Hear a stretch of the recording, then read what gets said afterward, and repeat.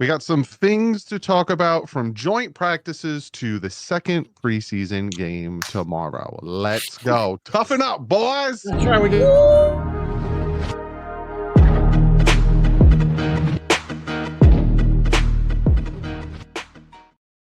What is up, Fin fans? We are here with another Dolphin Collective. We had a little tough outing the past 2 days, and now we're back, and we're going to be talking about that. We're going to be talking about tomorrow. We're going to talk about a bunch of different things. But before we jump into that, I do have to shout out today's sponsor, and that is SeatGeek. So if you don't have tickets for tomorrow's game, you can go on SeatGeek and get yourself some tickets if you're in the Detroit area to tomorrow's game. 28 million downloads, the #1 rated ticket app, 70,000 events on SeatGeek, including concerts, sports, festivals, and more. Use the promo code FINS. Get $20 off your first SeatGeek purchase. Click the link in the description.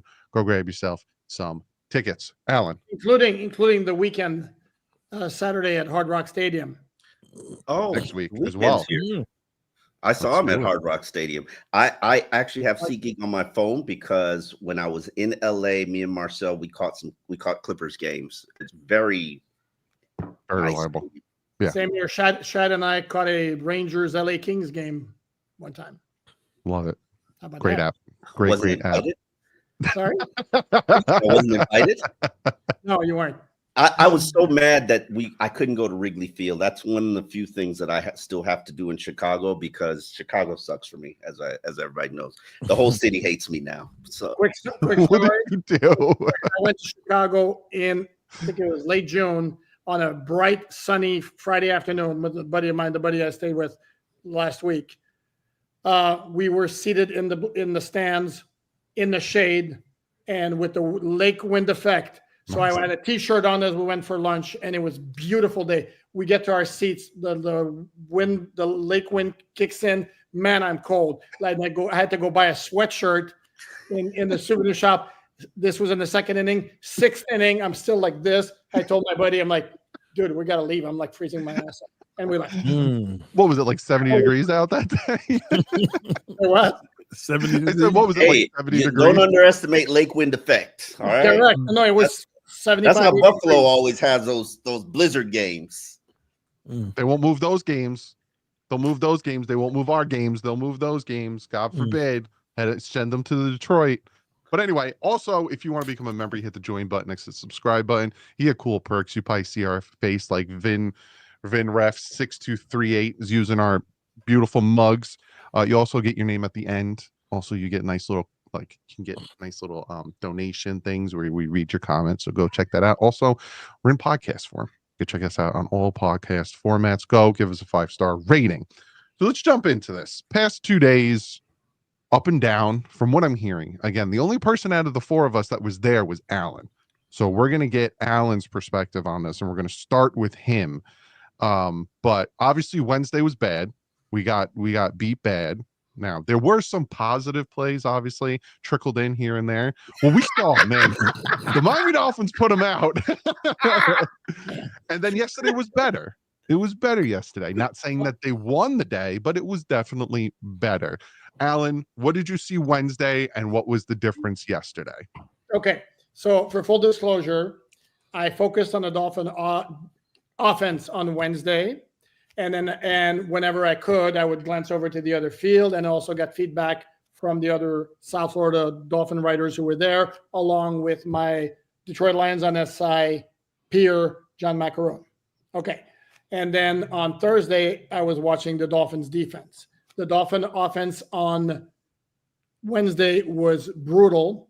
And it wasn't so much that there were a lot of picks. There were 2 picks, both by Zach Wilson, both into really tight coverage. There were the other issues were receivers couldn't get open, and I'm talking 1-on-1, 7-on-7s, 11-on-11s. They press? just or is it press? A lot of it was they were pressing at the line, yes. But in none of the drills could the Dolphins regularly get open. That was number 1. And there was drops up the wazoo of easy passes or very makeable catches, like Nick Westbrook-Akine had a pass over the middle where it was low and he had to go down. But it's still like the ball was 2 feet off the ground, still got to make that catch. And it was all over the place. There weren't that many flags. And then the running game, maybe one or two decent runs out of, I don't know, 12 or 13. The rest were kind of getting stuffed. And then I'm hearing on the other field cheering from the Lions fans. And every time I look over, it's a completion or a good run. And then you see the Detroit Lions on their social media posts, but I'm on Russell Brown highlights where he is smoking Jack Jones Jr. all over the place. For a minute worth of highlights. Which is very long when you're talking about highlights. And yesterday, by all accounts, the Dolphin offense was much, much, much, much better. A lot of touchdown passes. Good. No picks. I know at least there was one good run at the end of which Patrick Paul wound up putting Rock Ya-Sin on the ground, and Rock Ya-Sin got up throwing a punch, and Patrick Paul, all 6'8", 340 pounds of him, just kind of laughed and walked back to the huddle. On the other side, though, and there was like a fabulous catch by D. Eskridge. I'm sure you saw it on the Dolphins social media. I was like, if I'm facing the field, that play was right to the right of me, and I saw it, and it was like, and I put this on social media. You tell me the last time a Dolphin receiver made that kind of catch in a game.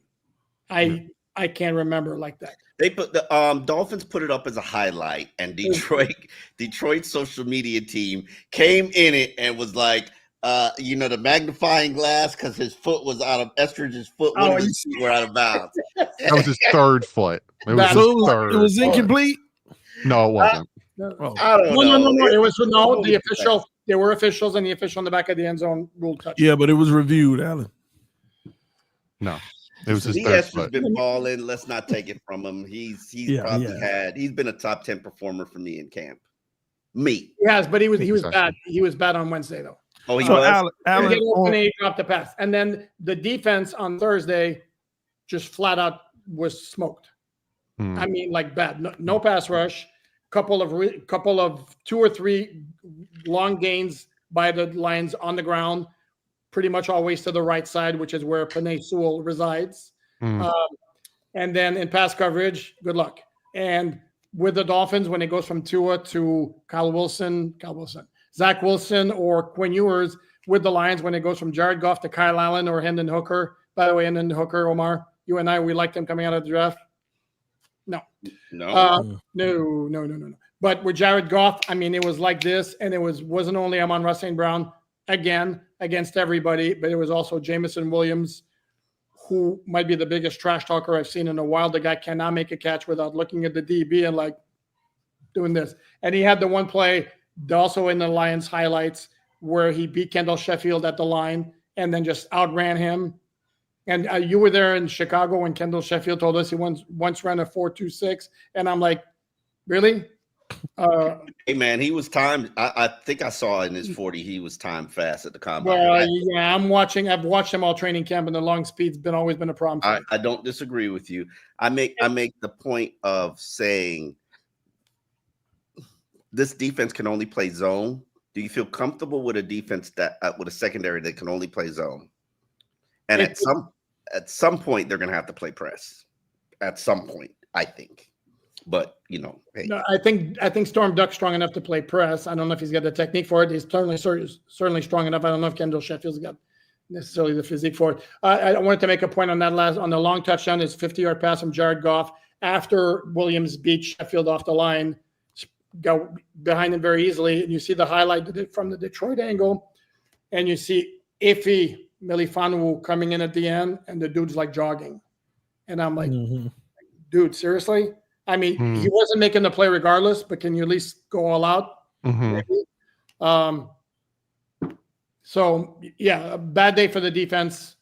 Both practices. Let me ask you a question. Did Iffy look respectable as a starter in practice against his old team? He had a couple of decent plays. I mean, they ended the practice on Thursday with like a situation where both first-team offenses have the ball at their 40, down 4 minutes left. And the Lions ended like about the 25-yard line on the last play of the game, and there was a pass breakup by Iffy in the end zone. He made another play in 7-on-7s against Jameson Williams. And by the way, those two fought on Wednesday because Iffy says that Jameson Williams put his hands on him. It wasn't just trash talking, put his hands on him. Maybe jury's still out. Okay. Hey, Alan, on Thursday, did the defense of Detroit play man press as much as they did Wednesday, or did they go into zone? Because I didn't observe enough, and I'll be honest with you, I don't recall hearing that. That didn't come up with either of the soft floor writers or my Lions on SI peer, so I couldn't tell you. All right. So here's the question, and this is probably the question of the title of the video. These joint practices, especially against Chicago, where we had the situation with an agreement that they went back on, and now you have Detroit with 2 days. Do you think these types of practices are going to make this team tougher? Start with Omar on that one. Oh, sorry. Oh, yeah. Yeah, absolutely. I think so. I mean, Chicago, you proved that you could run the ball, and that's a step in the right direction. In the game, you proved that you can score in short yardage, with the exception of the first series. With Detroit, here's the thing: weren't they 15-2 last year? Weren't they 15-2? That changes the subject. What's that got to do with physicality? No. But I'm just saying, very, very good. I didn't expect the Dolphins to go in there and be like, yeah, we're the Dolphins. Like, that's a team that's on a different level than you are. And I love what Mike said Wednesday, where he was like, yeah, we didn't accidentally decide to do joint practices with Detroit and to decide to do two joint practices with Detroit. Like, and keep in mind, teams also choose who they play in the exhibition season. So this was intentional. You went to go play two physical teams that play and are built a different way than you're built, because intentionally you need to be tough. You need to get tougher. You need to be physical. And what I liked about what I saw in Chicago, and unfortunately I didn't get to see it with my own eyes in Detroit, is I saw people cowering in Chicago. I took names. I noticed who fought. I noticed who cowered. And I was like, please, ow. No. I noticed who fought, and I noticed who cowered. I took notes. The same names of guys who showed up in Detroit too. And to me, those are the people that I want to invest in. Those are the people that I want to build a foundation with. I'll give you one name, Patrick Paul. I could ride with you. Aaron Brewer. I could ride with you. Malik Washington. I could ride with you. 20. Say his name. 20. Say his name. Jordan Brooks. Hell yeah. I didn't see. I saw you were watching defense in Chicago, so yes, I don't know, but I was watching offense. I'm really just focused on. I was focused on mostly offense, so I can't tell you who were the dogs on defense. I really can't. But the offense, I was just like, okay, I see what's going on. I see, and they have to get, in my opinion, mentally tougher. As a team, and it starts with Tua. It truly does. But here, if I may interject, here's the thing: is the thing with Chicago is they had agreed on a set of rules. Chicago was like, "F that, we're just going to tackle hard," and then the Dolphin defense was like, "Well, we're going to play by the rules." Okay. No. They didn't know what was going on. You don't think they would have changed up things? Correct. That's what I'm saying. Is the Dolphins decided, we're not aware of what's going on over there. We're playing by the rules over here. Yeah. Against Detroit, I didn't see any situation whatsoever where the Dolphins were like out physical or whatever like that. It was just execution all over the place. Okay. And that's good. That's good. That's good to know. Like the Wednesday practice, it wasn't that the Dolphins weren't physical enough, is their execution was terrible. And then on Thursday, it got better. And they do have a couple of players to make them tougher. And defensively, I do think they can be physical. They have certain guys. Jordan Brooks is a thumper. KJ Britt is another thumper who would throw his body around with reckless disregard. They have guys up front. I don't know if they have a thumper in the back end, to be honest. I think Dante Trader is somebody who's not afraid to stick his nose in there. But on offense, again, while Patrick Paul can bring some physicality, Malik Washington's a very tough player, very smallish, if we're going to be honest about it, though. But the thing is, their offense always remains predicated on finesse and speed and misdirection. So there's only so much physicality and toughness that you can exhibit while running that kind of offense. I think if you can run an inside zone and pair that with your outside zone, it adds a different element to it. Now you have to have a back that can run that inside zone, and that back suffered a neck injury last week, so it's going to be a challenge. But I don't think it's impossible. I do agree with you. And this is unfortunately the team that Mike built because he likes speed and he likes that. Yep. And I can't ignore the fact that all 4 of their top receivers are 5'10". Okay, but I see that those are the 4 top receivers. Who's the 4th? Eskridge? Who's your 4th? Eskridge? Absolutely, yeah, absolutely, yeah. I mean, come on, NWI. Like, what has he done? Ooh, you are a hater. You're a what has he done, Alain Poupart? What has he done? Tell me, what has he done? Not a ton. Not a ton. One catch in the and that was the best play I've seen him make all training camp. Against the Bears. So let's be real about it. Like, and that's the thing. When and I agree with Alain. The Bears, that was crossed the line. That was illegal stuff. They were doing illegal thing, or what should have been illegal thing. Mm-hmm. The ref didn't do anything to step up. And I've been at joint practices where refs have kicked players out of practice. Wow. And that was not, or thrown flags. That was not happening.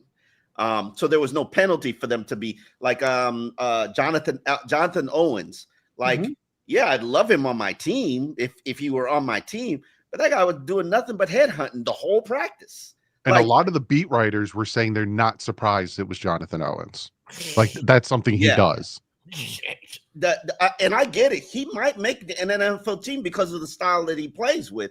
But I'm not going to pretend that's not dirty. Half of the hits that you applied in practice would be illegal hits. And it would be a flag in the NFL. But I'm done crying about Chicago because people are basically like, you're a wussy, and they substitute the wuss with the puss.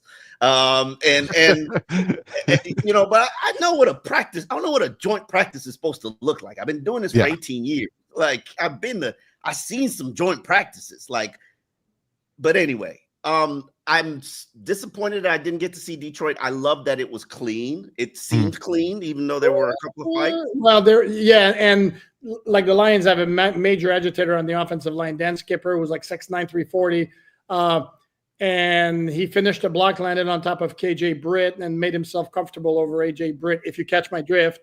And KJ Britt, who does not take that very kindly, came out swinging. And you like the feistiness and the response there. Good. Yeah. All right. I mean, I sometimes my favorite thing that I found out, especially about Patrick Paul, is that he laughs at people.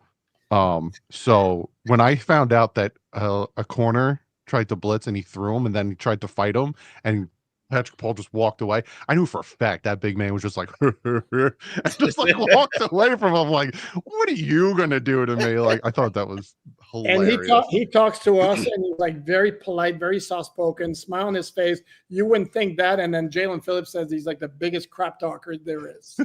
I still don't believe that. I would literally have to hear it to actually believe it.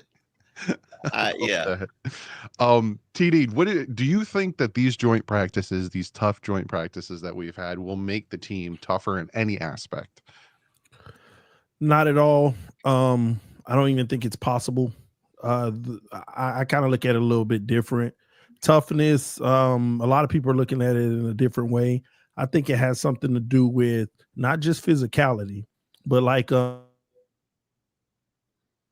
somebody's freezing. A mental big piece, situation. Freezing again.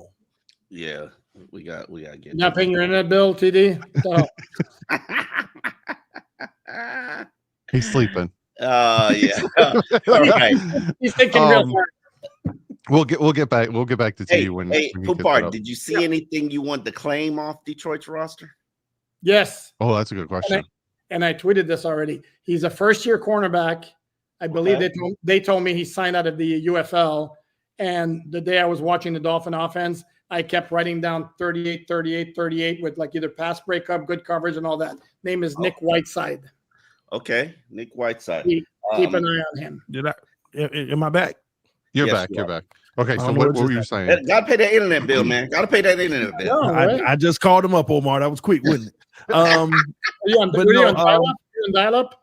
no, no, but I think it has something to do with situational. We won't be able to know if this team is tough until the circumstances are right.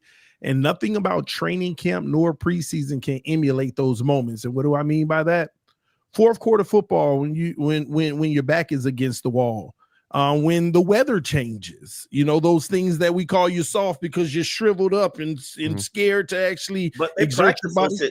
Except for the weather, they do practice those situations, TD. They do No, practice. what I'm saying is they don't practice a situation of playing 4 quarters of football, 3 hours of football. Okay. They don't you can't emulate that. Huh? Yeah. No, I understand, Alan, but until you get into that situation, how much do you have left in you? When the fourth quarter comes and everybody's tired, how much toughness do you have to persevere through and still play at a high level and give it all you got? That mental toughness of pushing through. This team is unproven. As much as we got a few guys that I believe may end up being dogs like Patrick Paul and stuff like that, how is their endurance in the fourth quarter when it matters the most when you lined up against Buffalo?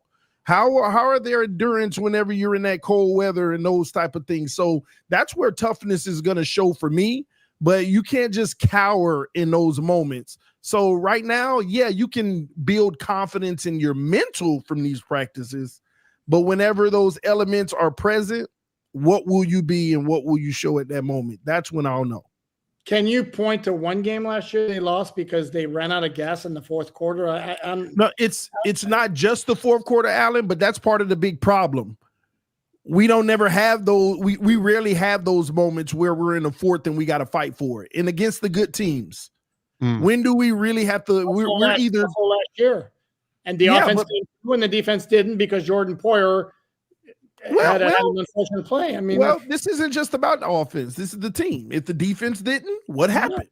Fine ref said the Cardinals game, which I could kind of see that with the Cardinals game. Indy ran out of gas. The defense didn't have anything there. We have to start. We have to stop looking at 10 situations and pointing to the one that we did it.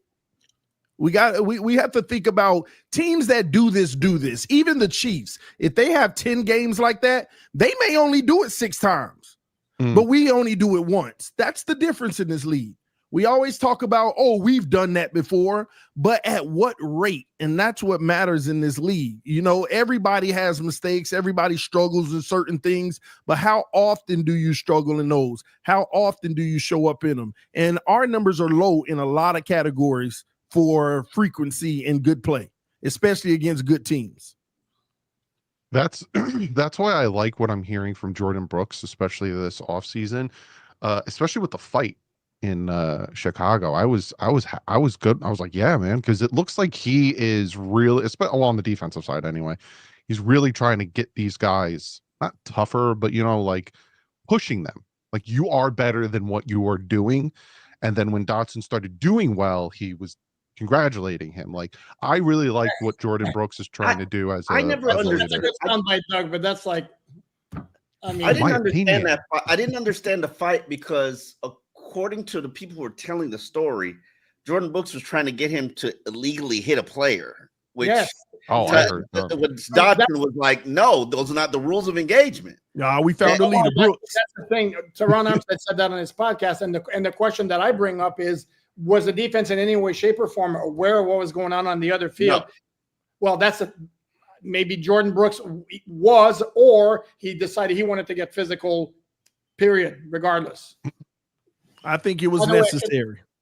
I forgot to mention one guy who caught my eye, and I mentioned him because I've kind of like knocked him for not showing me a whole lot so far. On Thursday, the one guy along the defensive line who looked very good. By the way, Zach Sealer didn't practice, had a baseball hat on. The one guy who impressed me was Jordan Phillips. Thursday. I was watching like I was telling you guys good to hear. Off camera. I was watching a film, and Jordan Brooks, even Kenneth Grant, they were a lot of people want these DTs to get sacks, and they were doing their job, taking on double coverage, pushing guys, but like they were Push in the pocket, yeah. Yeah, I was very All happy with three what of I them saw out of them. All three of them did very well. Now, didn't the Lions lose their All-Pro center They did. He Yes. retired. to retirement? Mhm. Okay. Did he retire? Yeah, he did retire. I thought he got hurt. right? No, I don't. Right. back now. Yeah. So the next thing, go ahead, Omar. You want to say something? No. I thought I agree with you. When you reviewed the film, actually look at the film.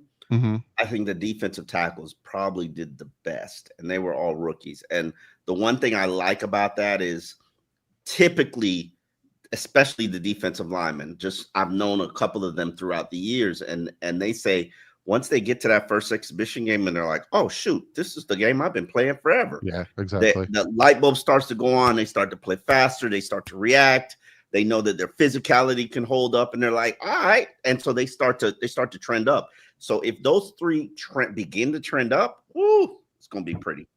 It's like I actually, my opinion, and I think my opinion is based on seeing 13 practices before that one exhibition game. I thought Zeke Biggers did the best, but I think that was because Zeke Biggers surprised me. Like I always, my expectations are here, and if you go here, like I'll be like, whoa. Yeah. So I think that's a little bit of my bias because I think Kenneth Grant did well. I think Jordan Phillips, and Poop can tell you, hasn't done a thing all training camp. And not a thing. And he played well. I don't know why I don't view him as a guy who, like Zeke Biggers, that push in the pocket, like maybe he wasn't always doing his assignment, but he can move people. And I was like, whoa, this guy can. And maybe the guard was just sorry. I don't know. But we'll see. We'll see against the Lions. By the way, TD, I looked it up while Omar was going. Dolphins were 4-4 in one-score games last year. They were what? 4-4 in one-score games, which is not great. It's not terrible. Can you list the opponents? Sure. They beat Jacksonville. Okay. They beat New England. Okay. Lost against Arizona. Luck against New England. Javon Holland for the first game, and then lost against Arizona. Defense. Lost against Buffalo. One more. Beat the Rams. That was good execution. Beat the Jets in overtime. We're talking about the. You said 4-4. Yeah. I was just talking about the 4 games. You've listed 6. No, you mean the 4 games they won or 4 games they lost? 4-1. I thought you said that they were 4. Oh, they were 4-4. Yeah. Okay. Yeah. Somebody's not a math major. So who? No, I thought he said they were 4 out of 4. So 4-4. You got it. Yeah. So who are the 4 losses? Okay. Or wins. Give me the wins. Give me the wins. Oh, I was giving you all of them. He gave you all the games. You should know. Just the wins. Just our wins. Okay. Jacksonville, New England, the Jets, and whoever it is. My point exactly. The Rams. My point exactly. One good win, and one good win when 5 of their best players on the team came back from injury first week back. My point exactly. It's against the team. The point I was making, Alan, the point I was making originally was the simple fact that against the better teams, they don't show up in those crucial moments. And that's where your toughness against the better teams. I hate this better team discussion because you know what? When I look back and I look at the 2019 Dolphins or 2022 Dolphins, I just look at the win total. I don't sit there, oh, that was a good team that year. Oh, no, that wasn't a good team this year. Just win. And that's not how it works, though, Omar. You know, there's levels to this. If we're talking about Kansas City and we're talking about the Carolina Panthers, we just go talk about wins and losses. We're not going to quantify let me ask you a question. TD, let me ask you a question. What good teams did they beat in 2008? 2008. 2008. Not many. Let me ask you this. Rams Super Bowl team, greatest show on turf. How many good good teams that they beat, and they went all the way to the Super Bowl? They beat 3 good teams in the playoffs.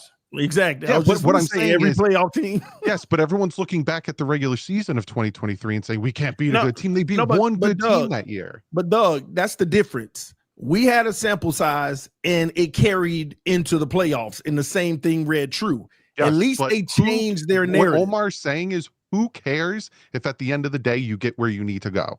Who cares? Correct. Well, here's the difference. You also can't judge their schedule. At the end of the day, if they had more of a cakewalk, that still doesn't mean they weren't a great team. But I'm just not proving our point. What was their record, Doug? What was their record? Huh? Who, the What was Rams? their record when they won? 14-2. How much? What was it? 14-2. Are we really comparing that? They won 14 games. Their So what? division was also They weak. had we're to beat some comparing- good teams. They beat one. You go back and look at their schedule. All their teams. So what you're telling me is there were 11 teams that were not playoff teams or below. Yes. Well, lucky them. We don't have that luxury. That's our point. It's not the point because we play more good teams. So their I ratio understand that, but you look at 2023 and you look at we were 11-5. Everyone keeps saying, "Well, how many good teams did they beat?" You got to the playoffs. Who cares? That's the point. Same thing with the Rams. Doug, Who the point cares? is, Just get Doug, there. the point is, if you get to the playoffs while having trouble against the better teams in the regular season, more than like, oh my, don't give me that look. You know I'm right. They More didn't than have like- trouble versus the good teams. That's the point. You know how you win a playoff game? You host one. You know how you win a playoff game? You get in. You're not injury riddled at that point. You know how you win a playoff game? You don't play in negative 22-degree weather with like the other team that we play, Lord, like the you other love team. Excuses. I don't look at it as an excuse. Get there. We'll worry about what happens. You gotta get the door first. Who cares about everything get else? there. Like Okay. my focus this season, and people think it's soft. Get to 10 wins. Get to a winning season. It'll keep you in the playoff mix. Don't be decimated by injuries, and we'll see what happens, how things play out. You can't tell me, no matter how you stack it up, no matter who they beat, who they lost to, you can't tell me that the 10-win season is not a good season. It cannot be a good season. If you play all bad teams, it could not be a good season. If I won 10 games, it's a good season. Like it's a matter of what's the goal here? What do we want to accomplish? See, for some of y'all, it's just getting to the playoffs. If your For goal is people who've Super been Bowl, waiting you are since- delusional, my That's brother. the first step. No, though, it's PD. not even about winning a Super Bowl at this point. Some of us have given up on that. Getting to it. You are delusional, my brother. It's winning at least a playoff game. So Yeah, when you I go didn't through say a that To that's regular not do the that, goal. you have to get into the I playoffs. just say that that's not the goal. You got to get there first. If Like- all people are saying is if you go 10-7 and the 10 teams you win are all below 500 hypothetically, Mhm. people get mad because you say it's highly unlikely we're going to win this playoff game. And then when we don't, 2023 season, you lost to Tennessee, and Tennessee Mm-hmm. was a bad team. Take care of your business when you need to, and you'll be all right. You'll be all right. Omar, you look every single solitary year in the NFL. You find me a team that doesn't suffer really I badly. agree with you, but that season, that was their only hiccup. You're up And if 15 they were points, taking 2.5 care of business minutes that left. season, they would have won the AFC East. but you They can, would have you hosted can the never. home game. You didn't take care of business. You would have been injury Is that the decimated. year we but beat you the would've- Cowboys? The year we beat the Cowboys? Yeah. Stop the year, yes. Stop it. No, You had my to- whole point. No, Yeah. Omar, I say that because it is. It's so easy to say if you would have beat Tennessee. Well, Yeah. if the other team would have beat us when they should have. Like you can't play it that way. Nobody, You can't nobody say should if have, we would've nobody beat should have Tennessee. beaten them. But Nobody. the you Dallas should have beat Cowboys, Tennessee. the Dallas No. Cowboys should have. No. The Dallas Cowboys actually, with the exception of the chances they took at the goal line and the turnovers before the half. Yeah, but same thing Dallas with couldn't win on the road. Tough Dallas titty was to the the same kitty. thing as the Dolphins. So to say that Dallas should have won that game, I disagree. We had two of the same teams facing each other, and Dallas the Dolphins moved are the Cowboys. better one. Well, you're right about that because they didn't beat a good team all season either, and Exactly. that's why they ended up the exact same way. Exactly. And they got dumped in the And first that's round the of the crazy playoffs thing. also. And we always gauge the the Cowboys had a winning record. The other team that didn't win a good game that season. But here's the thing, though. Say 2023, and again, this is the last thing because we're saying ifs and buts. Saying 2023, we did win a playoff game. Are people going to look back and say, "Well, we didn't play That was anybody crazy. hard"? No, correct. Exactly. So, but at the end of the day, Playoffs. But at the end of the day, what me and Omar are just trying to say is it doesn't matter how it happens, just get in the tournament. Completely agree, but your outlook going into the playoffs obviously will be better if you've beaten somebody in the regular season. Of course.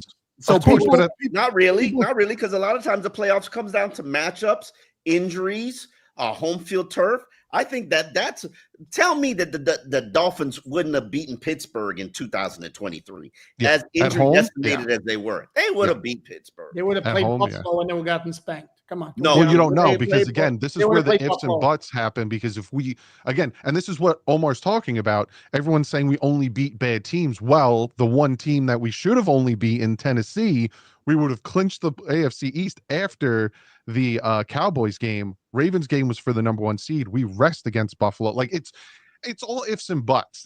We're going down a Exactly. slippery Grandma slope. had one should be that's grandpa. why I don't go off of ifs. I go off of what actually happened, and we lost in the first round, and we knew we were going to lose in the first round because the Kansas City. season was Nobody a would beat clear. Kansas City. No, Yeah, see, I what disagree. The Eagles did. See, TD, I disagree with that. I didn't think they were going to lose to the Chiefs because of the way the season went. I thought we were going to we're going to lose to the Chiefs because we didn't beat a good team. No, we were going to lose to the Chiefs because we had two to three pass rushers that came off the couch in that game. That's why we were going to lose to the Chiefs. It had nothing to do with who we did or didn't beat in the season. We were going to beat them. 4 pass rushers that came. If we didn't get as decimated with the injuries, I think we would have put up a better fight against Kansas City. I definitely do. No, you wouldn't have because you can't play in those elements. But I think they would have put up a better fight. Now, I'm not saying they would have won, but I think if they you would have moved put up that a better game to fight. somewhere else, maybe they would have had a chance. But even in that game, Waddle's on one leg, Raheem's on one leg, like that. I'm sorry. Well, Omar, it's because OSHA doesn't like the heat. You're playing 1 o'clock in Miami. It's a no. You're playing negative 400 degrees in Kansas City. It's a let's go. Anyway, let's go. Well, Miami don't like the heat because if they did, they would win enough games to be at home to play in it. They never get to play at home at 1 o'clock. No. Who don't ever Miami Dolphins. They don't let us play at home at 1 in September anymore. Like one game. Can you guys acknowledge that it's kind of an unfair advantage for the Dolphins? Hold on. Do not give me the Kansas City example because the conditions are the same for both teams during that game at Hard Rock Stadium. Conditions are the same for both teams. Okay, no, they're not. They're not even close.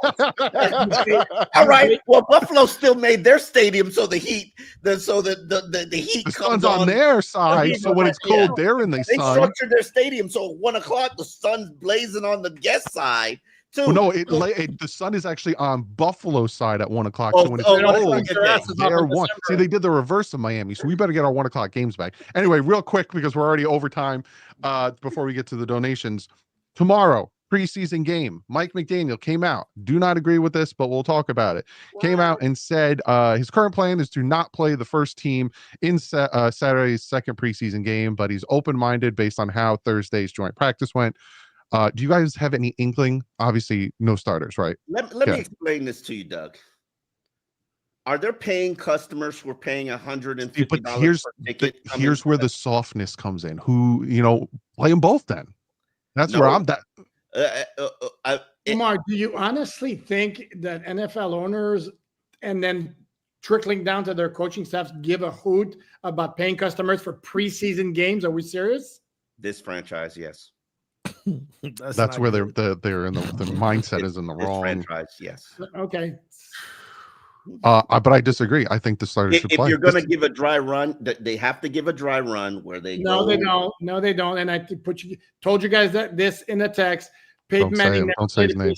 Hold on, he never played in the preseason game before this year. Justin Herbert never played in the preseason. Thank you. Making his debut. Herbert making his debut. Oh boy, it might unlock him. Anyway, I actually this is rare for me. I don't want him to play. Why? It's rare to me. I'm always like, hey, they need to get out there and get some work. But we know who Tua is. We know what Tyreek is. We know what Waddle is. It ain't like Waller's gonna play A-Chain. We know what we got. These rookies, you got to protect their health as far as Patrick Paul and all that. Yeah, and I'm not even gonna play with Phillips or Chubb like that either. So at the end of the day, dealing with something.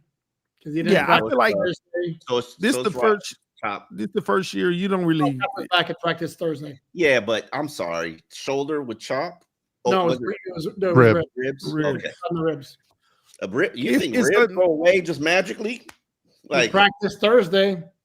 Again, do you think ribs go away? I broke my ribs like 8 weeks ago. It still hurts. They're not broken. That's the thing. And It don't matter. Okay, yeah, it don't matter. Neither are mine. I don't have I have a hairline fracture that hurts like You're not Chop Robinson. Sorry. Are you trying to call me a wussy? Here's my problem with it though, because I can already foresee the future where the offense is struggling. Say we beat Indy or whatever, and then we beat New England, whatever, but the offense is struggling. Like last year with the Jacksonville game, the offense was kind of sluggish. And then we got Tyreek Hill and Tua coming out saying, well, we got to build that continuity. We didn't really work with each other that much in the preseason and training camp. This is the problem. There's your problem. That's an excuse at this point. At this point, whatever they do in the regular season, it was going to be that way whether they play this weekend or not. Here's my question to you, and I say this all the time, and Dolphin fans get angry with me. You're going to lose a player every preseason game. Mm-hmm. You lost your second best running back. You lost your second best running back last week. What player do you want a chance losing on tomorrow? Don't ask that, Omar. Some people are in the chat. You're gonna lose one. So do you want to put the starters over there and say, okay, let me play these guys and chance losing Willie Gay and KJ? You can't afford to lose no one. You can't. I wholeheartedly agree with you. You can't afford to lose a cornerback. Like I'm at a point you can't afford to lose Liam Eichenberg. Liam Eichenberg is very important right now. Yeah, like when you look at the depth rotation, like Liam Eichenberg right now would be the best left tackle that they have, and that's his worst position. No, right tackle. Right tackle. Left tackle. You think he's better than Patrick Paul? No. I'm talking about at the backup. Okay. He probably would be the best right tackle too, and that's how bad this line is right now. That's how your sixth player is out, Liam. Andrew Meyer, your seventh player is out. Your eighth player, Borum, is in the starting role. What else is there? Like you've signed three guys off the street. All three have gone down for the season. Fetty's gone. Like, yeah. And the kicker is, we're going to need them. They are going to have to trade for an offensive lineman. There have been 4 times in Chris Greer's career where he swapped a late round pick or given up a 7th or 6th to get an offensive lineman. This is going to have to be the 5th time. Scherf just retired. Who are the guys? Come on, who are the guys? Bryant McKinney. That was before his time, actually. No. Evan Borum, Greg Little, very good. Danny Isadora, backup center, and Greg Mance. You wrote about that. It's very nice. Come on, Omar, you deserve one of these. I knew you'd be proud of me. Very nice. Brandon he's going Scherf. to have to. They cannot, and I've said this to you guys. They cannot afford. Nothing can happen to Patrick Paul this entire season. Because the minute something happens to him, the minute he sprains an ankle, the minute he hurts a knee, the minute he's got a bicep injury, season is over right now. Over. I mean, not just from one player. You see what's happening right now without a right tackle. No. Imagine not having a left tackle. As long as we got a franchise quarterback that carry, we fine.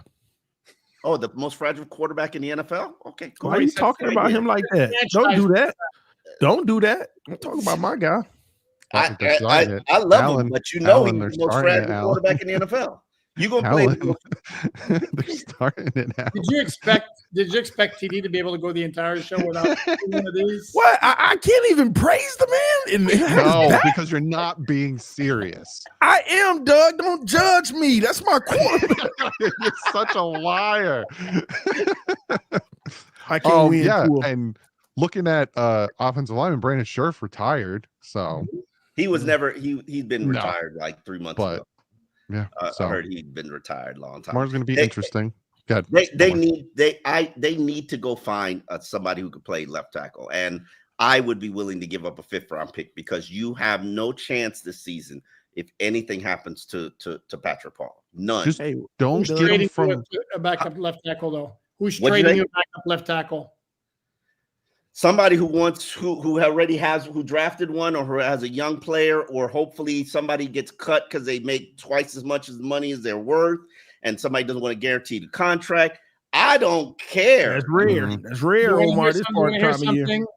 I'm hearing stories out of Philadelphia where there's a little concern about their O-line depth. Dickerson. Philadelphia, you think you're getting an offensive lineman?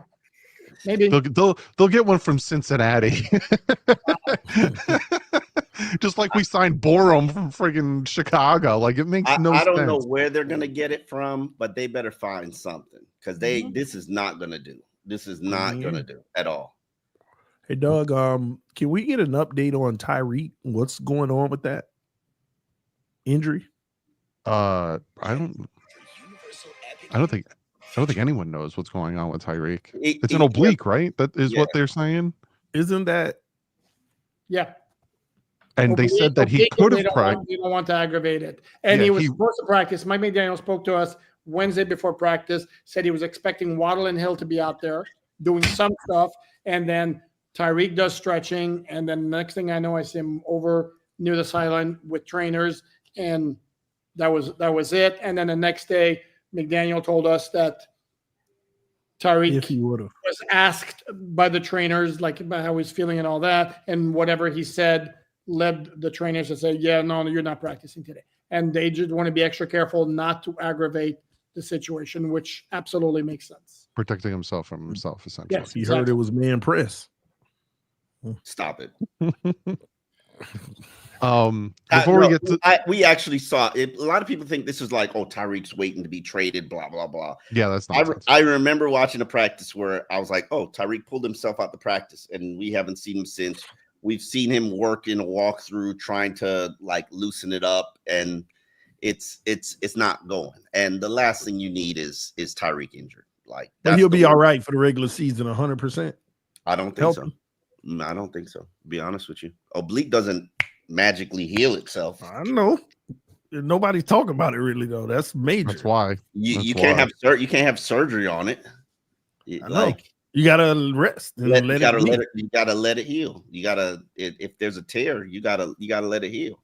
That's at least 4 weeks. That gets you to the regular season.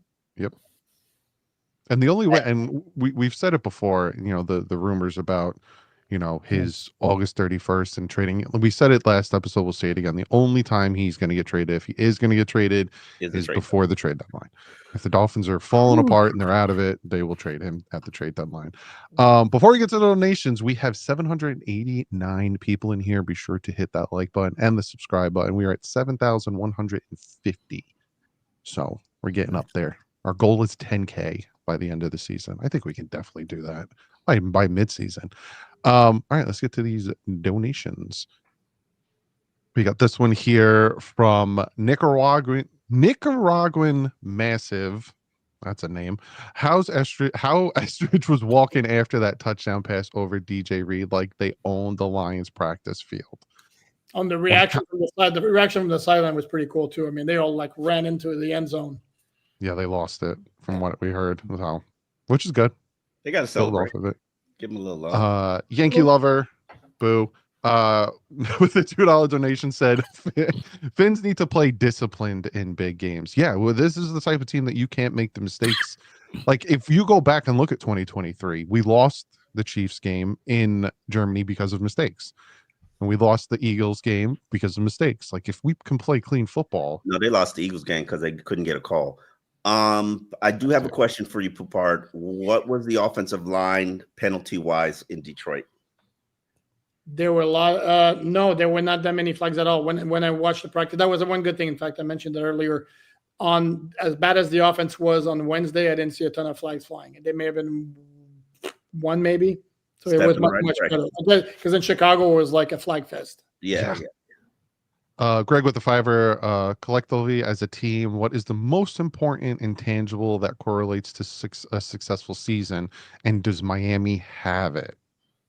Luck. Offensive line play.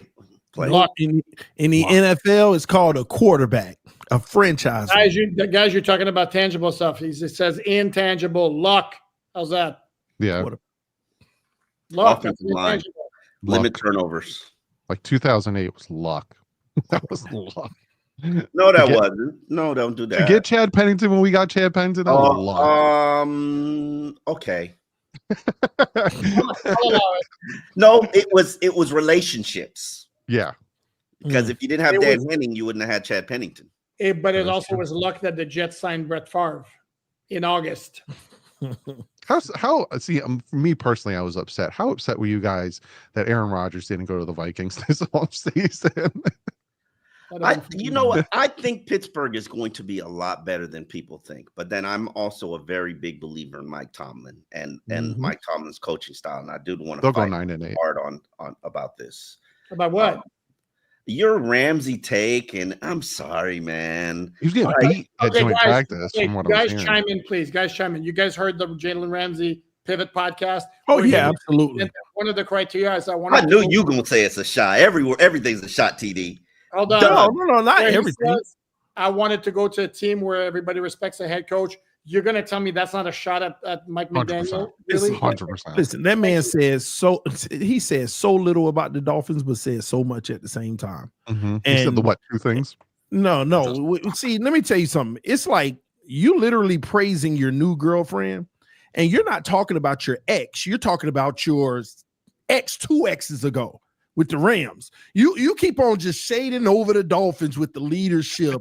You know, McVay was good. Oh, but he had a relationship with McVay. He brought up McVay was good, but Mike Tomlin, man, I'm like there was an intentionality to not mention Miami, and you can tell. And let me give you the key: you can tell that before the interview, he told them They said "Let's no not bring up Miami," because Correct. Crowder No. gives that off. Crowder Yeah. gives it off when he's like, not to bring up, previous. No. teams, They absolutely.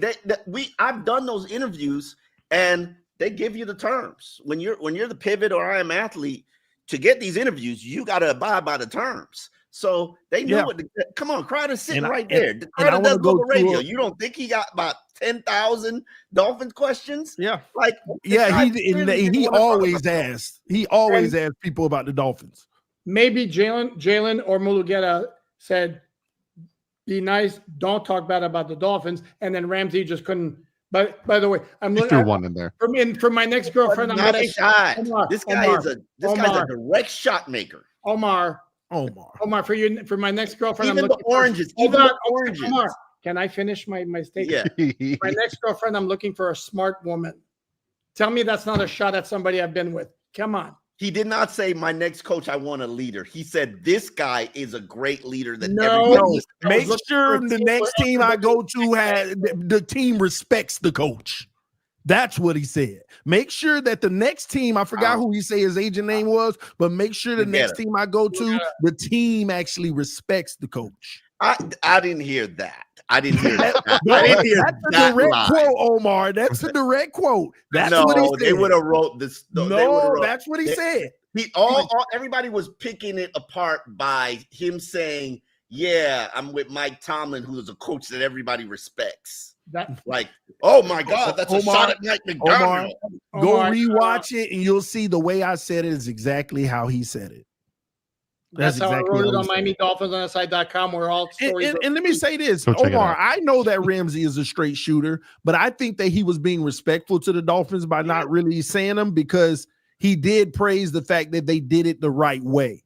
They brought him in, they talked about it, and they walked through the process together. In other words, so he was showing appreciation that they did it that way. So I think he was like, they did. Hey, I've been right by y'all. Y'all been right by me. Let's finish this up the right way, and I'm out. I ain't gonna talk bad about you. Next question, Omar. Since you brought it up, we're gonna go there. How exactly was Jaylen Ramsey right by the Dolphins? Asking, and receiving new contracts after the trade the following year, and then bitching for more money again, and then complaining after the Fangio leaves and then ostensibly perhaps being late to meetings last year. I'm sorry, but give me a break.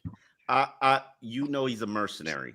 You know he's a mercenary. You do business with mercenaries. These are the things that come with it. Yeah, that's your defense for that. That doesn't. No. I didn't defend him. There's no All I'm defense. saying is, Yeah. I didn't think there was a shot. If he wanted to take a direct shot, there would have been a direct shot. No one I gave don't think him he wanted to. And please go look again. Read my story on MiamiDolphinsOnSI.com. Go check I it have out. the direct quote, and you will see what he said. And please come back to me and tell me. that's Anyway, ahead. also All right, go ahead. 5 players apparently accumulated so many penalties Yes. last year when it came to being late 5. Mm. We could guess who some of those 5 are. Nicaraguan Massive again with the $5 donation said 39% chance to make the playoffs, 1% chance to win the championship, and then he corrected himself. He said, sorry, 1.1% chance to win He the grew more confident. championship. Hey man, I'll like take 39% chance to make the playoffs because right now that's I not like even that. high for me. I'm I a do little like that. below it at 39. G Firm with the $5 says, shout out to TD. I want to thank you again for paying my rent for the last 3 months. Your lifesaver, bro. I do things in silence, bro. You ain't got to do that. Oh man, he does things not for the recognition, just so everyone knows it. Y'all laughing, but since he put it out there, hey, I got you, homie. Phins RK with the $5 says, do you worry about ramp up time if our O-line / cornerback depth comes from the waiver wire or post week 2 vets? Is ramp up quicker depending on the position? Best pod. We appreciate you, Phins RK. I see where he's coming from, because if we grab a bunch of players and all of a sudden, boom, the season starts or we're in the season, I guess he's wondering how long is it going to take them to get acclimated, essentially the ramp up time. Is that a thing to worry about? But I think at this point, Dolphins have no choice. Another player. Man, Brian Flores just signed people on Tuesday and threw them out there on Sunday. Like, I don't want to hear nothing about ramp up time. They In one. Yeah, exactly. In one. Ramp up quicker at cornerback than in the offensive line. Yeah, because that's a chemistry position. But we're talking about offensive line. We're not looking for a starter. We're looking for a back depth. Yeah. Depth. No B with the tenor says, what do you feel like you know now that you didn't back when OTA started? That's a very good question. I'm going to go to the beat writers for this one. No, what no, do you no. got? What's new? Like something that you did. There was a big hazy question mark in OTAs, and now you're like, no, now I see what the problem is. I wondered if they could run the ball. I think they can run the ball. Now, can they do it with consistency in all phases? Can they do it when teams know they're going to run the ball? You know, last year you couldn't do it in any circumstance. So I like what I see from particularly the left side of the offensive line. And I can tell you, I'm not a huge Jonah guy, but I like what I see from the left side of the offensive line. And Aaron Brewer, if you can get him to the second level, I think you can really get second level runs. Now, you know, would I like a better back? To be honest with you, yes. Not Achan. For me, what I feel I know now that I didn't know when the OTA started, and I hate to be negative, but it's the only thing that comes to my mind, and perhaps I'm missing something, is I think we should temper expectations on what the Dolphins are going to get from Nick Westbrook-Akine in the offense. Oh, that's a good answer. That's a good answer. Because when we signed him and then we saw, his touchdowns with Tennessee, everyone was like 6'2", he could do this. And you're 100% right. Because now all of a sudden, like Omar likes to say, who?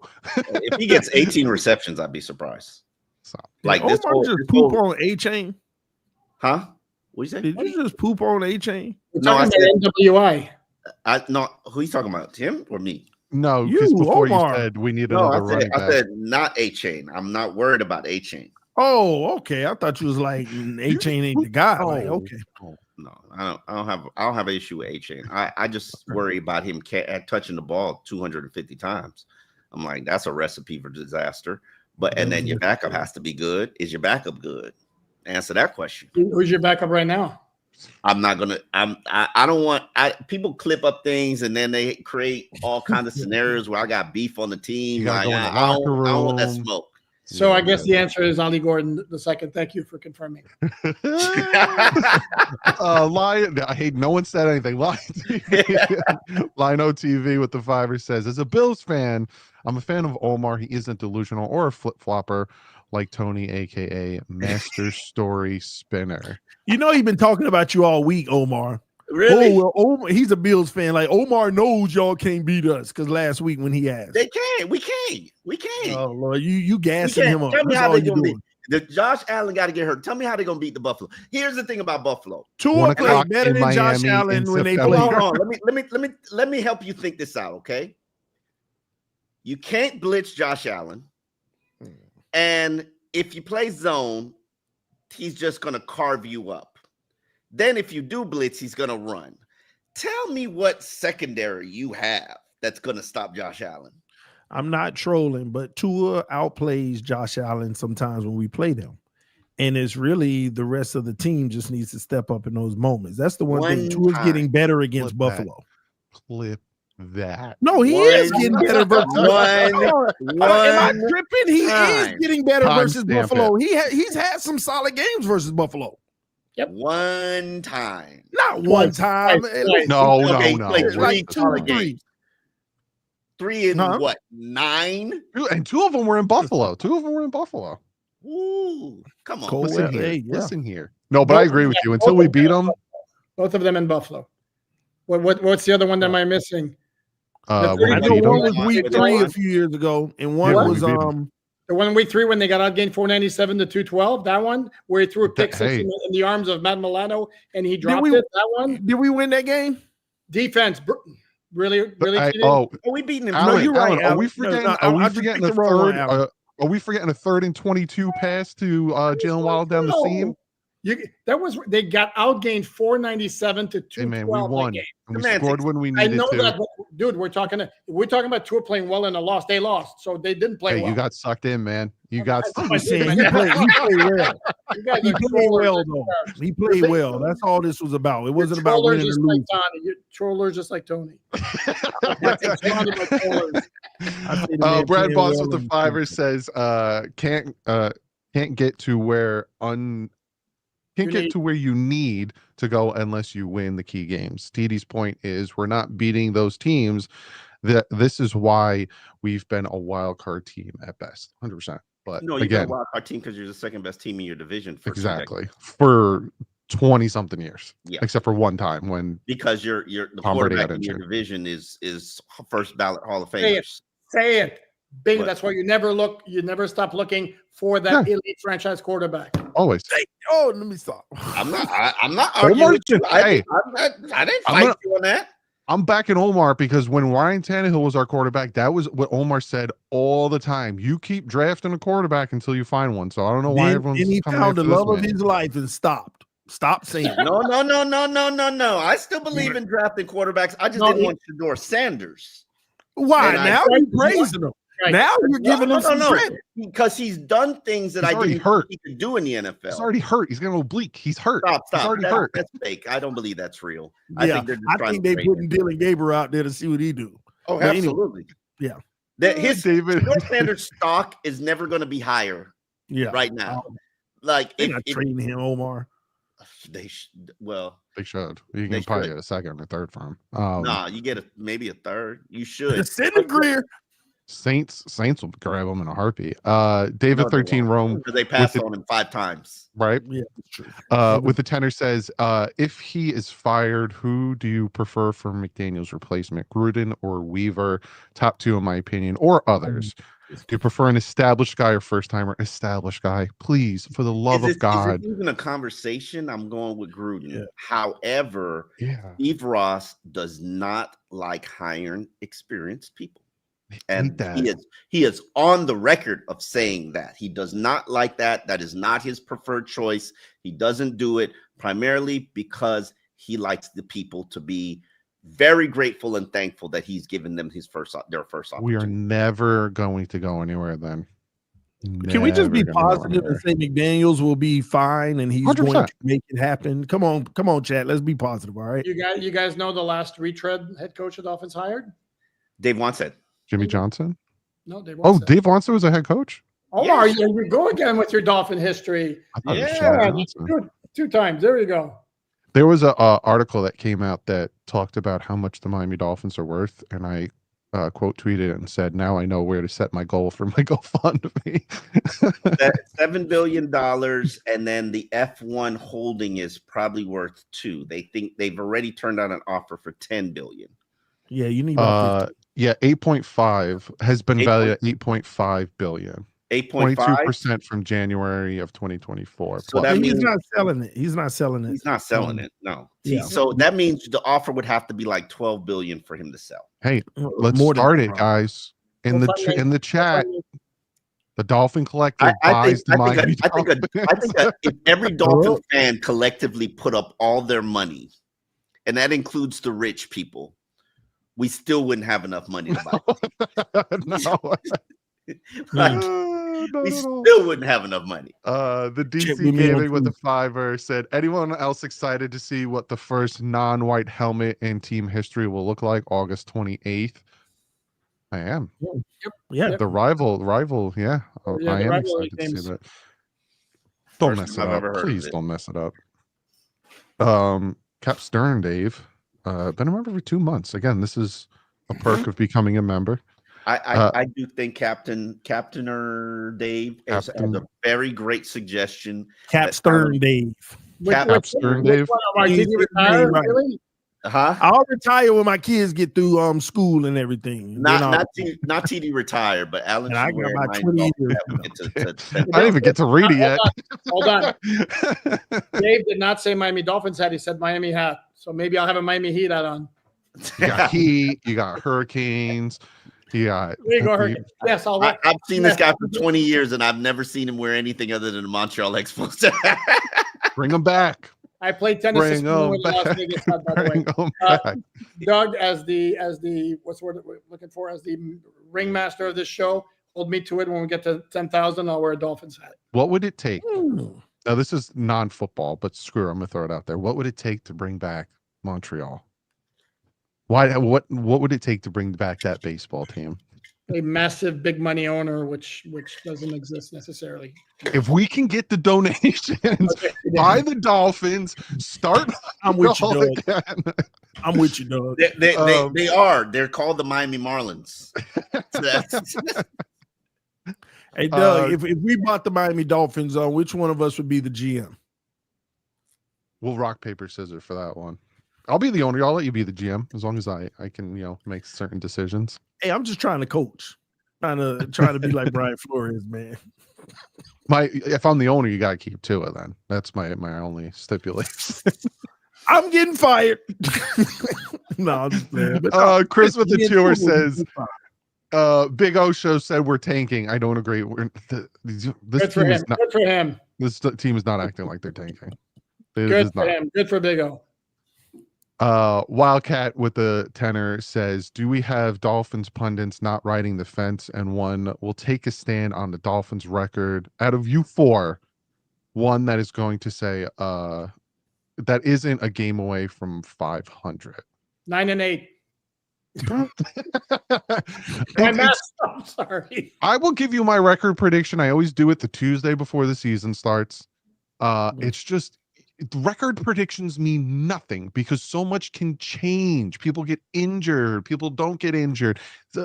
So no one predicted the Dolphins in 2023 to be 10-3 at one point in the season. So it's like so much can change. So they're 10 wins, healthy 10 wins. How about that? I'm just going to leave it at that.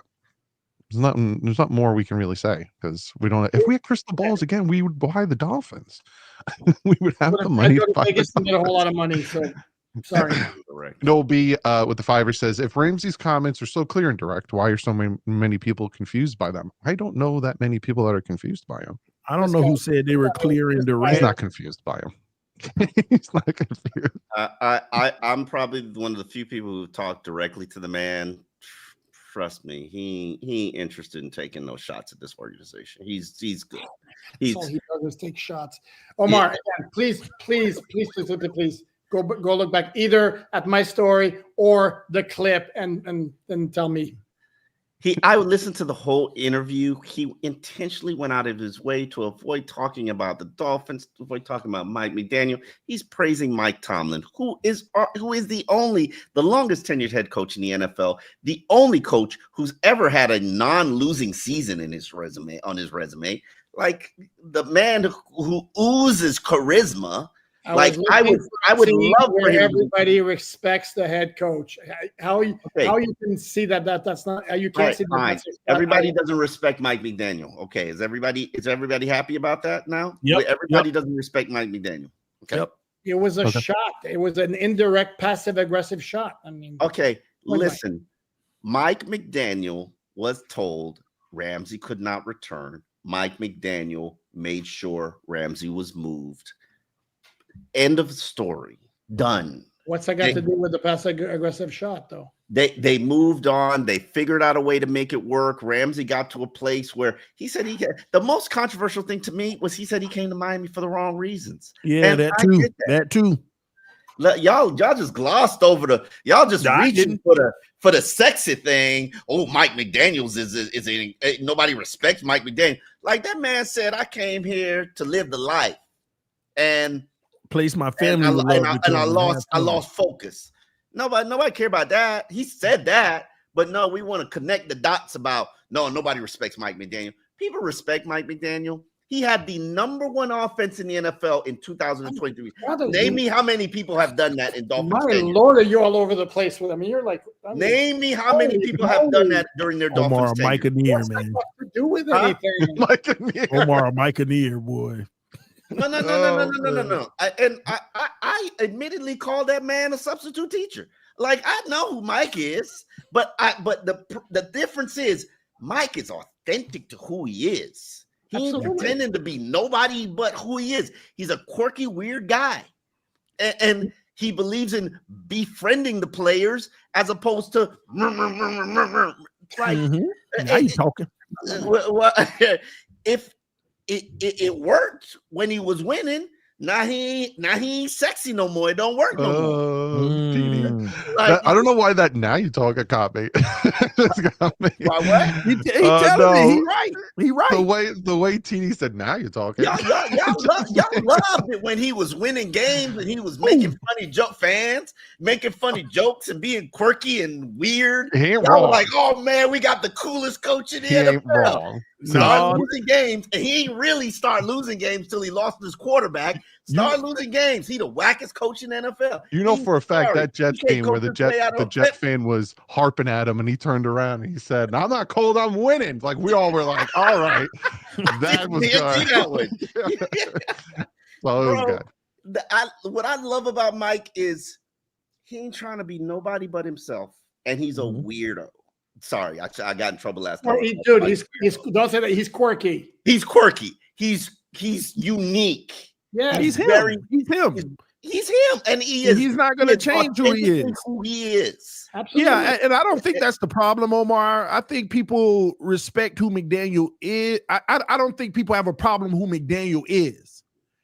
I think people are talking about how other people view him, his players and the team. Yeah, when he's not winning, it's easy to change the narrative and change he's not a disciplinarian. Mike ain't never been a disciplinarian. Mike ain't never been a crack the whip kind of dude. Like, is that what it takes? No, it's not. And this is the thing that I've learned from players. You know who polices the locker room? The players police the players. Yeah. You know who creates the culture of the team? The players create the culture. But when you don't have players doing their job, it's the coach's job to come in and tighten them up or get rid of them. A prime example that I saw, and then we'll get to the next donation because we're way over. I was watching Gruden when he was with the Bucks and he was on Hard Knocks, and when he was trying to get Chris Sims to make the play call, and Chris Sims couldn't get it. And like he was yelling at him. He's like, Gruden yells. Like he was yelling at him. But the biggest difference is he went over to him when he was on the sideline. He was like, "Did I make you nervous?" Like he wasn't even yelling. He's just like, "Did I make you nervous?" And Chris was like, No, I was just in my head. Like that's the difference. That's what we not saying we need Gruden. That's what we need, where the coach is going to get on you, but then when he pulls you aside, he's going to talk to you. He's going to be like, "Did I make you nervous?" Like he's going to work with you instead of berate you, beat you down, or be your best friend and take you out for popcorn. Teron Armstead talked about a critical post-practice team meeting where he put up film and he criticized players for their effort. He showed in Hard Knocks, they showed you he called out Xavier Howard for playing Hard Knocks. Like He went after one of his best players. Just because we don't see it, and because he's quirky and he talks about Eminem and he's fashionable. He was What? He was asked about Eminem. I know. But yes, the he loves perception was Eminem, and he loves Eminem. Like if Eminem would have showed up at the Lions practice, he would have geeked the hell out. He would have probably forgot to coach the team. Like, but that's authentically who the hell he is. Like he's like he's basically the locker room guy, the locker room ball boy who becomes a head coach. That is his story. Like how do y'all not realize this? I agree. I mean, It has nothing to do with the Ramsey comment, but I completely agree with everything you said. Everybody doesn't have to respect him. Ramsey needs, the difference with Ramsey is, and this is Ramsey. Ramsey needs somebody that he fears. Because Ramsey's a bully. Ramsey bullies everybody. If Ramsey can bully you, he doesn't respect you. Vic Fangio, and he took a shot at him on the way out. Yes, you're right. By the way, in case you haven't noticed, hell of a player as a team player. No. But you know, certain people aren't team players. Good point. We knew that. Good point. Go ahead, Doug. J-Ray with the $2 donation said, sign a free agent corner or trade for offensive lineman. Which one's more likely? Both? Both. Hey. Please? Why not do both? Please do both. The question is, what's more likely? Guys, Gilmore's still out there. Do something. What's more likely? They'll sign free agents of both in week 2 when they don't have to guarantee contracts. You know what I just realized? You're avoiding the question. Sign a free agent cornerback or trade for an offensive lineman. Trade for an offensive lineman. I'm going with B. I'm going with A. Not to talk about it, but just something I noticed because I said both, and then I was like, how much cap space do we have? We still don't know Steelers' contract. It just popped in my head. User, I'm not gonna say all that, with the $10 donation. I do greatly appreciate your donation. It's Mike's Best. I don't know why my name isn't showing. Mike's Best is his name. Yes, I like Mike Best. For the panel, is this the most negative you have seen the fan base? I don't remember them being this bad even in 2015. Give reason for hope. They were so. I've been covering the Dolphins on YouTube, and I see, like, me and TD, we cover the Dolphins on YouTube, so we get a lot more interaction with the fans, and I've been doing it since 2018 when we traded Tannehill. This fan base was split. Like, half of them didn't want to, and half of them thought he sucked and he was the worst thing ever. I thought everybody was ready at that point. No, my comment section, because I said he's a good, like, I was like, look, he's a good quarterback, and he can win you games, but it's just the Dolphins need to move on from him, yada yada. And they were just like, no, he sucks. And some of them like, why are we trading him? Who are we going to replace him? And it was just dot. So, I was a Ryaneer, and I was ready to. Yeah, you were a Ryaneer? Absolutely. Really? Even when he was at Tennessee. I was a Ryaneer because he was the first. Like, you got to understand, we went through about 15 years where every time a quarterback threw the football, I cringed hoping we were on the other side of it. Like, you know how they're on TV? No, but on a consistent basis. At least Tannehill was somewhat surgical. No, see, Tannehill had bad pocket presence. He couldn't connect on the deep ball early, but he improved that. So didn't have a lot of touch. But well, straight up 15 to 10 to 15 yard bullets, he was money. That's what mattered. The best thing about Ryan Tannehill is he could throw the 15-yard out like nobody's business. Yes, other than Jay Cutler, and he lived off a steady diet of that. And and he would stand in the pocket and take a hit or a pass. That Cincinnati Bengal game. Because he had no feel for pressure. No. But could you imagine? You can't even imagine what watching practice with Tannehill was like. It was like every third play was a sack. Am I lying? Like every third, and you just think the defensive line was going to be so damn good, and they'd be trash every year. But was somebody open? Quick question for Doug and TD. Was the fan base more negative in 2019 when they were dumping all the players? No, Cap break left? no. Okay. Okay. You No, gotta they understand, the fan base kind of knew what they were doing. the There most was exciting sprinkles thing. here and there that they were pissed that Tunsil was trading and stuff, but like a lot, like TD was about to say, we were excited because Yeah, we're doing it new right. beginnings. New Yeah, beginnings. we're doing it. We're ripping it down, and we're going to get a quarterback. Is what a lot of us were thinking.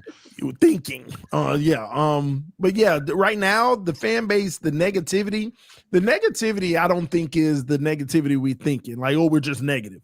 I think just everybody taking shots at each other. Yeah.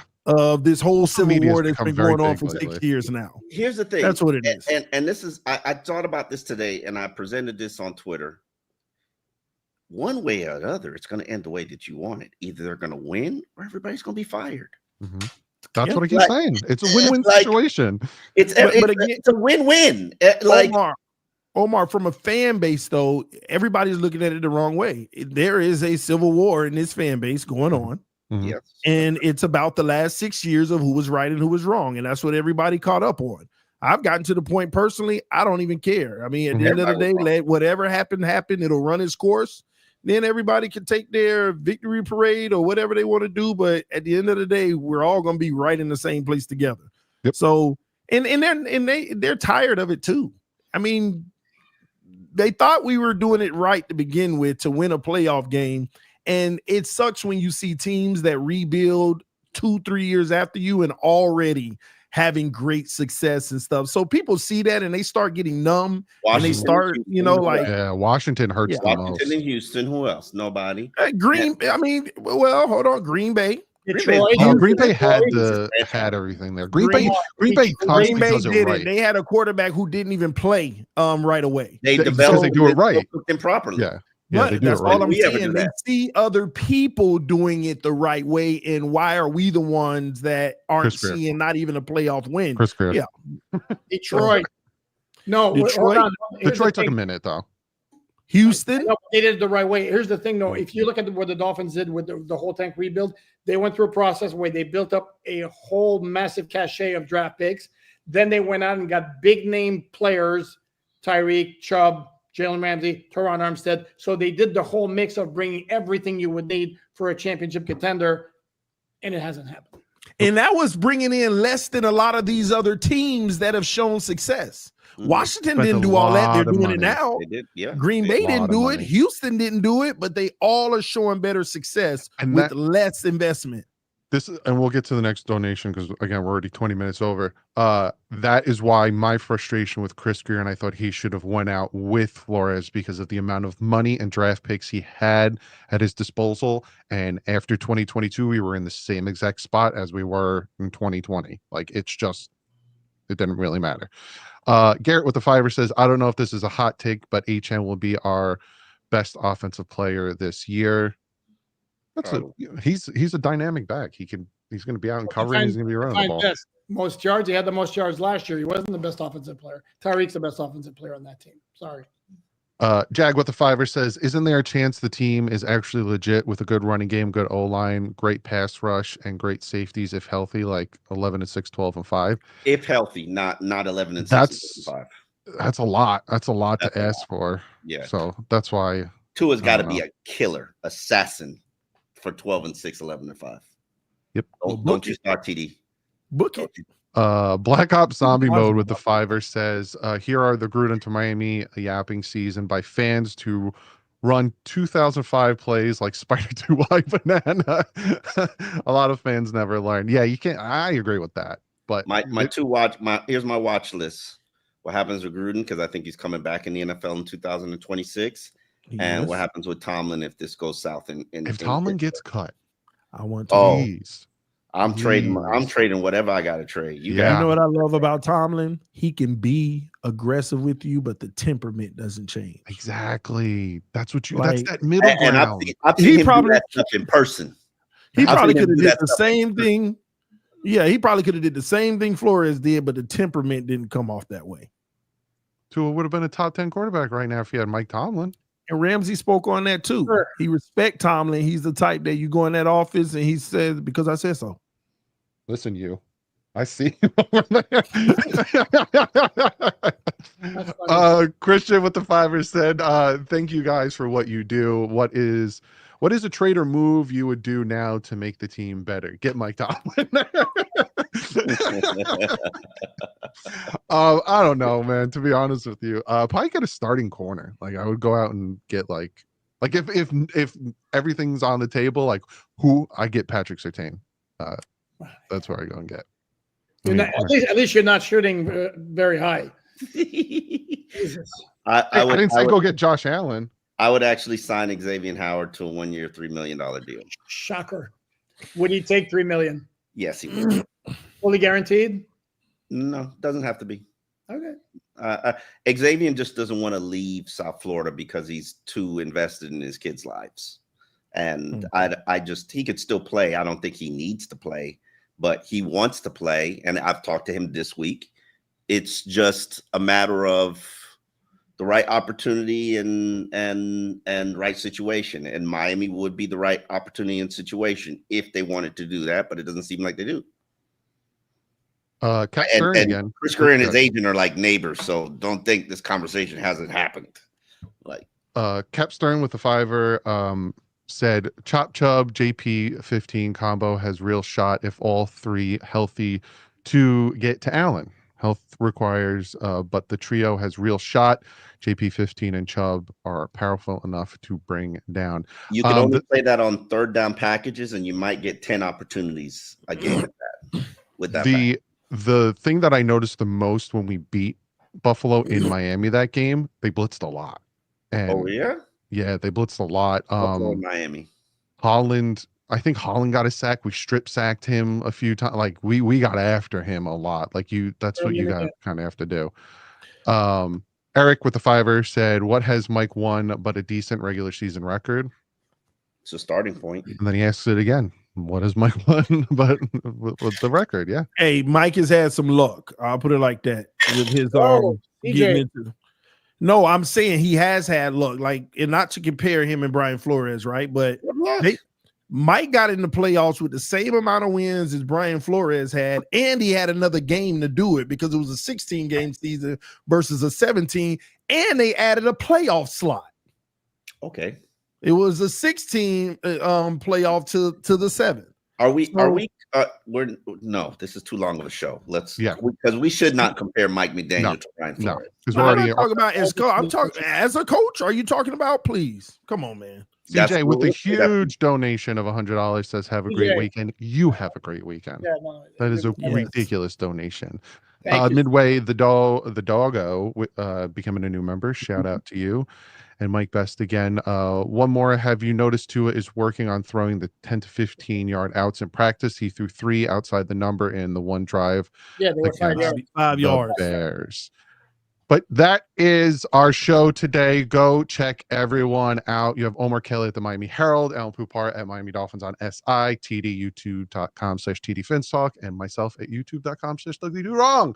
We gave you an hour and a half. We're only supposed to give you an hour. I'm going to get into trouble. But we will see you guys on Monday. Hope you have a fantastic weekend. Let's see how this game plays out tomorrow. But other than that, we will see you Monday. Peace.